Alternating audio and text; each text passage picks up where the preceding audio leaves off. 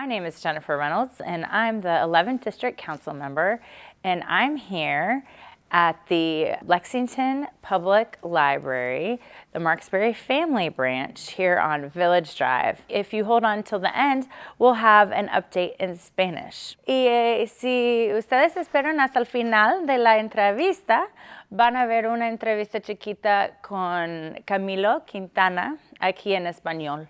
I'm joined by the manager of the library, Jenny Smith. How are you today? Good. Thank you. Happy to be here. We did a council comment here right before the old library was torn down. And that we talked about the hopes and dreams of the new library and where the library was going to go temporarily. And now we're standing in the brand new library. We are, and it's beautiful. So I think, one of the things that we heard from the community is they wanted it to be vibrant and light and bright and welcoming. And I think that we have hit that mark. I think so too. And I remember that when we had looked at some original renderings, the architect said they wanted it to be kind of very earthy with wood and stone and light. And a few of us thought that color was missing. This is such a vibrant community, very diverse, and now I am just thrilled with all the color in here. It is gorgeous. The walls are a literal rainbow. You can't get any more bright and cheerful than that, and I think it fits the vibe of the neighborhood. It was so exciting at grand opening. We had 2,000 people come out, and so many of them were from here, from this neighborhood. And it was just exciting to see them come out and use the building and watch everybody's faces just break out into a big smile when they walked in and saw it with the skylight and all the natural light from the windows and all of that. So definitely really happy that it turned out so beautifully. I feel like the Lexington Public Library really is giving a gift to this part of town, to the whole city, but especially to this part of town here in the 11th District, where the location is so important because people can walk here. It's near a bus stop, it's on a main road, and when we talked about years ago, where should the library go?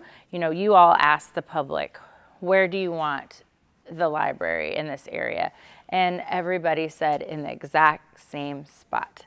I want to just, give a shout out to the Lexington Public Library for taking it so seriously, doing their homework and their research and figuring out where their next big project was going to be. And then I'm grateful that they chose this branch, like you said, private and public funding. And I'm just really thankful that council was able to give $1 million of the CARES funding to this project. And that's something that I'm really proud of and glad that we could be a small participant in. Tell us a little bit about this specific location now. What space do you have to offer? What types of things can people come in here and expect to find? Well, just about anything. So we have got something for everybody. One of the things that we heard when we went out, we did those community surveys, those community engagements to find out not only where the library should be, was also what do you want it to have? What do you want us to be doing? And we heard a lot of you're doing amazing things. We want more of it. We want you to have more space to do that. And also we want you to do new things. So I think we've kind of combined, the best of the old and the new here.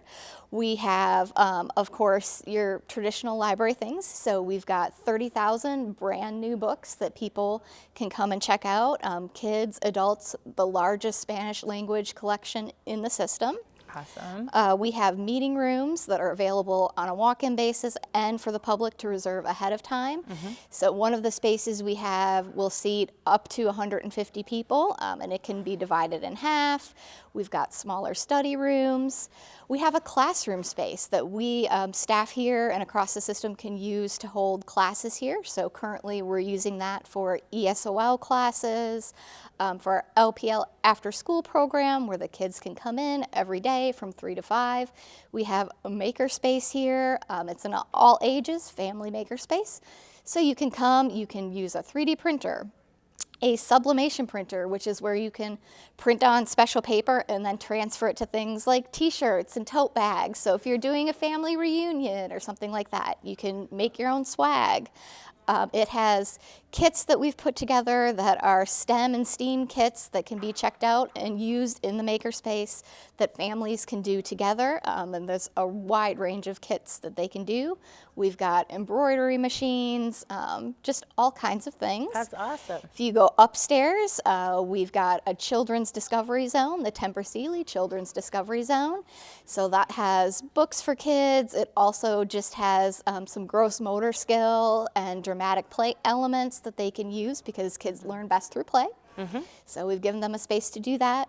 We've got a space set aside for our 5 to 11-year-olds, our school-age kids, where they can do crafts and games and activities.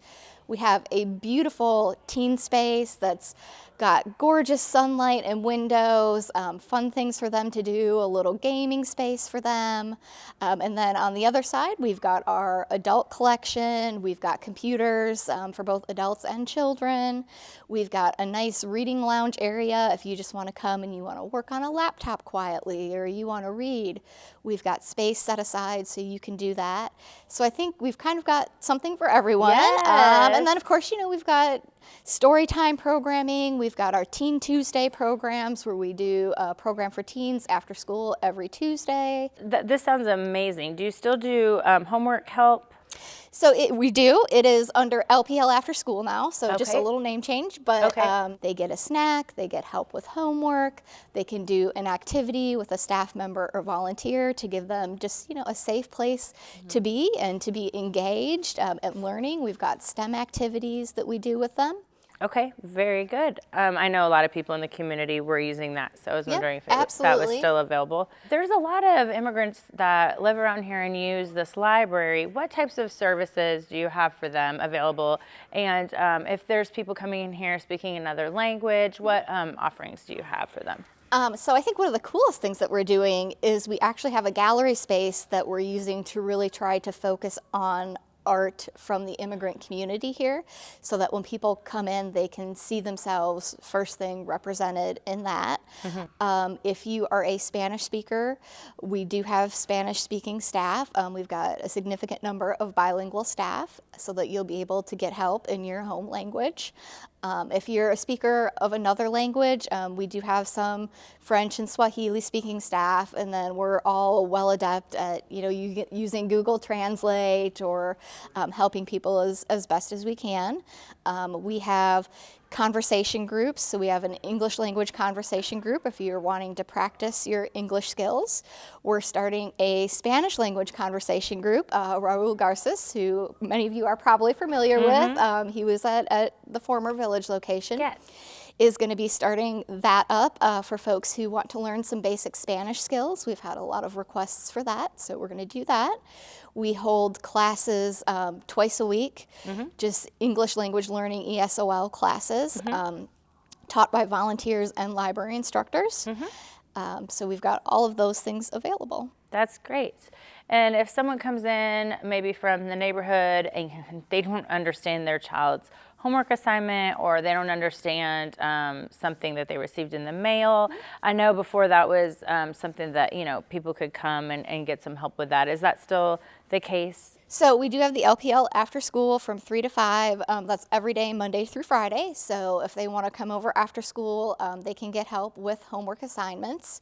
If you've got something and you're not kind of sure where to go, we can always get you to the right person. So sometimes it's a thing that we're able to help with. Sometimes it's something that we're not a lawyer or a doctor, but we can certainly get you to the resource that you need and point you in the right direction so that you can get started to solve whatever challenge you're having. Well, that's good to know, and you all are always very accommodating, and so I appreciate that in the way that you work with the community.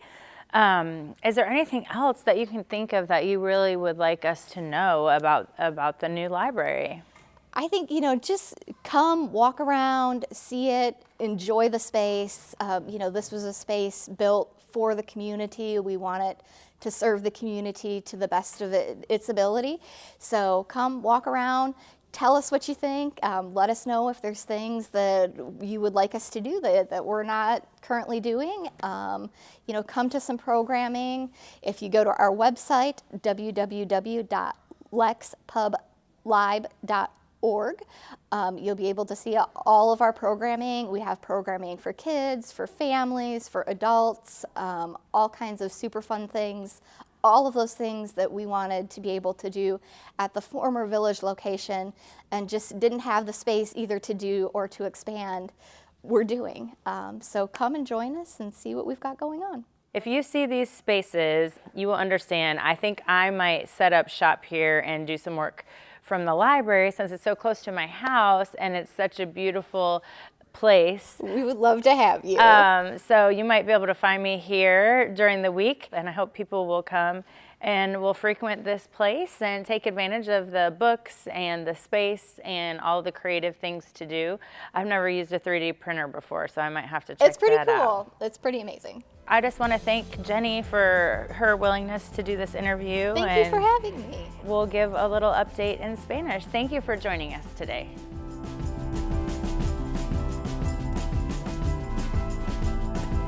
Estamos aquí con Camilo Quintana, aquí en la biblioteca de Marksbury Family Branch en Village Drive.